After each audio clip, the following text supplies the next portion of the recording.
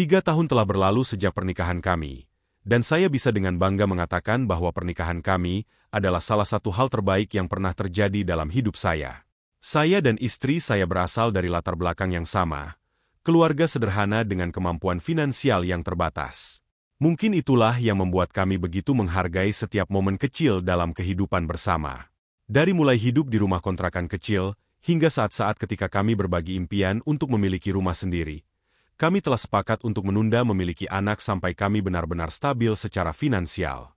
Keputusan itu bukan karena kami tidak ingin memiliki keturunan, tetapi kami sadar bahwa membangun fondasi keuangan yang kokoh sangat penting sebelum memperluas keluarga. Sejak awal, kami selalu saling mendukung, bekerja keras, dan menabung. Akhirnya, setelah beberapa tahun penuh kerja keras, kami berhasil mengumpulkan cukup uang untuk membayar DP rumah yang kami idamkan. Rasanya seperti mimpi menjadi kenyataan. Kami tidak peduli meskipun harus mencicil bertahun-tahun, yaitu memiliki rumah sendiri adalah simbol dari upaya kami bersama, hidup kami, meskipun sederhana, selalu penuh dengan kebahagiaan. Kami saling melengkapi dan berbagi peran dalam rumah tangga. Setiap malam, kami duduk di meja makan yang sederhana, berbicara tentang hari-hari kami, sambil menikmati makanan buatan istri saya yang selalu enak meski dengan bahan-bahan seadanya. Hingga suatu hari, ada hal yang mengubah rutinitas itu. Semua perubahan dimulai secara perlahan. Istri saya, yang biasanya pulang tepat waktu dan menghabiskan malam bersama saya, tiba-tiba mulai sering lembur. Awalnya, saya tidak berpikir macam-macam. Pekerjaannya sebagai manajer di perusahaan yang sedang berkembang memang seringkali membuatnya sibuk. Dia bilang ada banyak klien penting yang harus dia temui, dan menjamu mereka makan malam adalah bagian dari tanggung jawabnya. Saya percaya padanya sepenuhnya. Bagaimana mungkin saya tidak percaya pada seseorang yang sudah berbagi hidup selama bertahun-tahun dengan begitu tulus? Namun, semakin hari, perasaan aneh mulai merayap ke dalam pikiran saya. Setiap kali ia pulang, ada aroma rokok dan alkohol dari pakaiannya. Sesuatu yang sangat tidak biasa karena saya tahu dia bukanlah orang yang minum atau merokok. Ketika saya tanyakan tentang hal itu, dia selalu memiliki penjelasan yang masuk akal. Klien-klien itu suka merokok. Mungkin aromanya menempel di bajuku, katanya sambil tersenyum. Saya ingin percaya, tetapi setiap hari ia pulang larut, dan baunya semakin jelas. Di satu sisi, hati saya mengatakan bahwa dia tidak mungkin melakukan sesuatu yang buruk. Namun di sisi lain, saya tidak bisa mengabaikan perasaan ganjil yang mulai tumbuh. Saya berusaha menenangkan diri, kami punya rumah yang harus dicicil, dan saya paham bahwa tekanan keuangan bisa membuat istri saya bekerja lebih keras. Tapi apakah semua itu benar hanya untuk menjamu klien? Apakah perusahaan mereka benar-benar membutuhkan istri saya untuk lembur hampir setiap malam? Perasaan curiga semakin mengganggu pikiran saya. Sebagai seorang suami, saya merasa ada sesuatu yang tidak beres, tetapi saya terlalu takut untuk mengonfrontasi langsung. Saya memutuskan untuk mencari tahu kebenarannya sendiri. Suatu hari, saya meminta izin dari kantor untuk pulang lebih awal dengan alasan keluarga. Padahal niat sebenarnya adalah membuntuti istri saya. Saya ingin tahu apa yang sebenarnya ia lakukan setelah jam kerja selesai. Ketika sampai di kantornya, saya melihat dari kejauhan. Istri saya turun dari gedung kantornya seperti biasa. Tetapi yang membuat saya terkejut, dia tidak terlihat sedang lembur. Tidak ada klien, tidak ada rekan kerja lain yang bersamanya. Dia hanya berjalan sendirian menuju supermarket terdekat dan membeli roti serta susu. Aneh. Batin saya. Jika benar dia harus menjamu klien, kenapa ia terlihat begitu santai dan tidak terburu-buru? Saya terus mengikutinya hingga ia naik bus. Di dalam bus, ia mulai makan roti dan minum susu yang dibelinya. Jantung saya berdetak semakin cepat. Apa yang sebenarnya sedang terjadi? Apa yang dia sembunyikan dariku? Setelah beberapa pemberhentian, ia turun di depan sebuah gedung karaoke besar. Hati saya mencelos. Tempat ini bukanlah tempat yang biasanya dikunjungi oleh orang-orang yang bekerja kantoran. Tanpa pikir panjang, saya terus membuntutinya dari jauh. Saya tidak berani masuk, takut ia akan melihat saya dari luar. Saya melihatnya masuk ke dalam gedung itu, kemudian berganti seragam dan membawa nampan berisi makanan dan bir. Tiba-tiba perasaan aneh dan prasangka buruk memenuhi pikiran saya.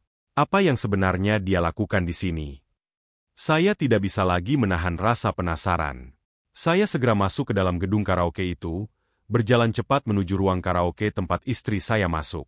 Ketika saya sampai di pintu, saya mendengar suara orang mabuk bercanda dan tertawa keras. Saya mengintip dari balik pintu kaca, dan pemandangan yang saya lihat di dalam membuat hati saya hancur.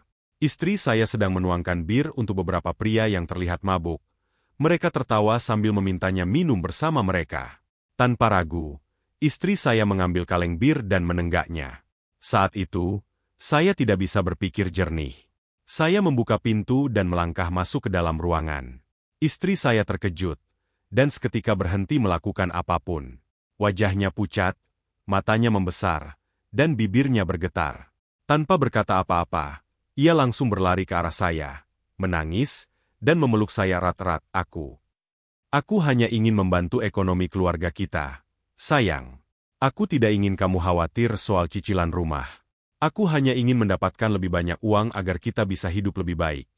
Katanya terisak-isak. Saya terdiam.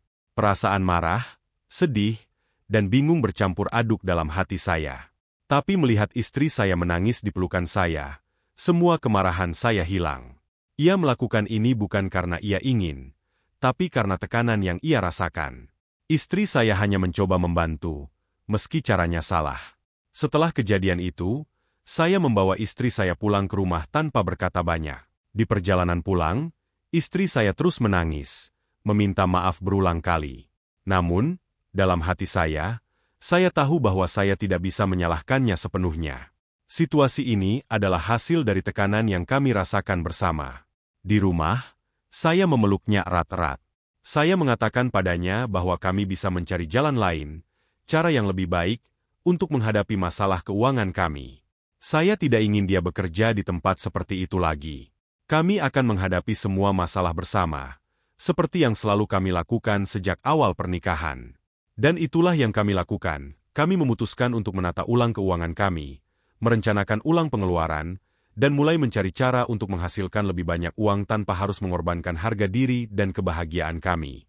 Saya tahu bahwa jalan ke depan tidak akan mudah, tetapi bersama istri saya yakin kami bisa melewatinya, seperti kami telah melewati banyak hal sebelumnya. Pada akhirnya, cinta dan pengertian yang kami miliki satu sama lain adalah yang membuat kami bertahan. Kami belajar bahwa tidak peduli seberapa besar tekanan yang dihadapi, kejujuran dan komunikasi adalah kunci untuk mengatasi segala rintangan malam itu. Setelah kejadian di karaoke, kami berdua duduk di ruang tamu, dalam keheningan yang panjang. Wajah istri saya tampak lelah, dengan bekas air mata yang belum sepenuhnya kering. Sementara saya masih mencoba memahami perasaan yang bercampur aduk di dalam hati. Ada rasa terluka, kecewa, dan bersalah. Namun di atas semua itu, ada rasa cinta yang tak tergoyahkan. Izinkan aku menjelaskan semuanya, ucap istri saya, memecah keheningan. Saya mengangguk, meskipun sebenarnya tidak tahu apa yang ingin saya dengar. Sebagian hati saya sudah paham mengapa dia melakukan itu, tapi sebagian lagi masih butuh kepastian. Aku tahu aku sudah membuat kesalahan besar. Aku tak seharusnya menyembunyikan ini dari kamu. Beberapa bulan yang lalu, setelah kita berhasil membeli rumah ini, aku mulai merasa cemas. Kita punya cicilan rumah yang besar, dan gajiku di kantor tidak cukup untuk membuat tabungan yang stabil. Aku merasa seperti tidak melakukan cukup banyak untuk membantu keuangan kita, katanya dengan suara serak.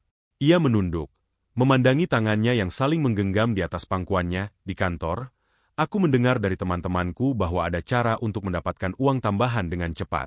Mereka bercerita tentang pekerjaan sampingan di tempat karaoke itu.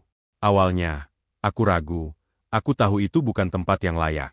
Tapi, kemudian aku melihat peluang untuk menghasilkan lebih banyak uang tanpa harus memberatkan kamu dengan masalah keuangan. Saya terdiam, membiarkannya melanjutkan ceritanya. Setiap malam aku bilang lembur atau menjamu klien. Sebenarnya aku bekerja di tempat itu. Aku tahu aku seharusnya tidak melakukan ini. Aku merasa malu setiap kali pulang ke rumah. Tapi aku terus berpikir bahwa ini semua demi kita. Demi rumah kita, demi masa depan kita. Kata-katanya menggantung di udara. Saya tahu ia melakukan ini bukan untuk dirinya sendiri, tetapi untuk kami. Namun, rasa sakit itu masih ada, yaitu rasa sakit karena merasa tidak dilibatkan, karena istri saya merasa perlu menanggung semuanya sendirian. Itu bukanlah pernikahan yang kami impikan. Izinkan aku membantu. Kamu tidak harus melalui ini sendirian. Seharusnya kita menghadapi masalah ini bersama, bukan hanya kamu yang menanggung semuanya. Ucapku kemudian istri saya mengangguk pelan, air matanya mulai mengalir lagi. Maafkan aku. Aku tidak tahu harus bagaimana lagi.